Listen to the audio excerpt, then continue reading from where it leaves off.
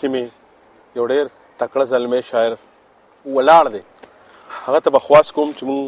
په خپلو شعرونو باندې ونازوي. خو د هغې نه مخکې زه ورته یو شعر ویم چې د سوات خو مقبره هم دومره ښکلې وي جانانه، د سوات خو مقبره هم دومره ښکلې وي جانانه، سړی چې ورته وګوري نو مرګ ته یې زړه وشي. نو منصوره بس ترسکون شعرونه څخه یې هغه دې راته ووایي، هایکو دې راته ووایي. ښه جي، دغه یو ځای وهم والله که بل یو ځای وهمه، دغه یو ځای وهم والله که بل یو ځای وهمه، ویلې تاله په تیره توره زړګی وهمه، او زما په ښار کې مینېږم دا لا څه غضب دی، څو به په غر کې غرڅنۍ له تبرګی وهمه. او په ما خارخ لګي چې هغه ښکلی ووینمه، په ما خارخ لګي چې هغه ښکلی ووینمه، په ما خارخ لګي چې هغه ښکلی ووینم، او بل خوا ته محکمه خو خامخا شپېلې وامه. او د اسپتال غم مې د مخکې نه شروع کورله، د اسپتال غم مې د مخکې نه شروع کورله، اجړه چې ووي زه ورځم یو سړی وامه.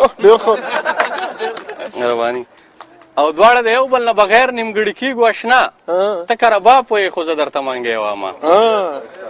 او دا یو څو ایکو درته ویم سجاد صاحب، ایکو د چې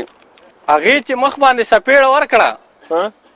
هغې چې مخ باندې سپېړه ورکړه، په درد یې نه و خو په دې خفه شو، نسوار یې ګډوډ کړه په خوله کې ورله. رواني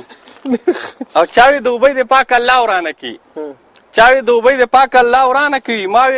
ویل غلی شه الله دې غر که، بیا به د ښځې نه پټېږي چېرته. رواني او بابا مې وویل چې د کار ووتم، بابا مې وویل چې د کار ووتم، ما ویل خیر شه تا زما په شانتې ولې فیسبوک کې آی ډي کولاو کړه. اوس د لاس نښه رومال هم نه لوپټه مې اخلي،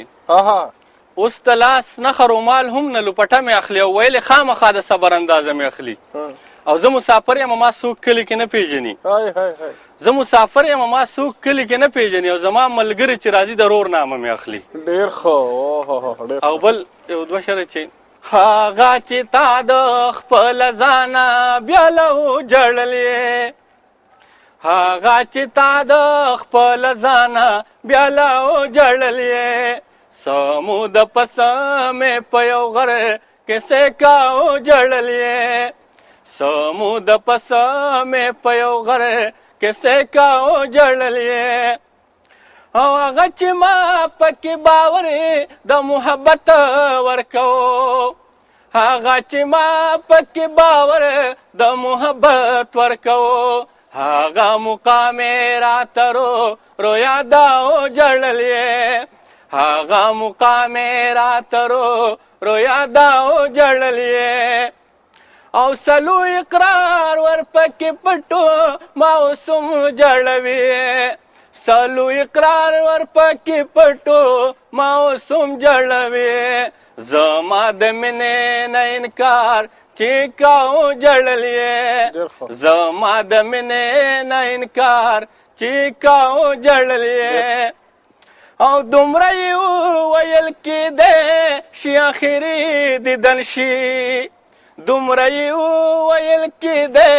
شي اخري دیدن شي، مخ په پړونې کې رو پټا وجړلې، مخ په پړونې کې رو پټا وجړلې، او هغه ویلې و چې بیا د یار د کلي نظم، هغه ویلې و چې بیا د یار د کلي نظم،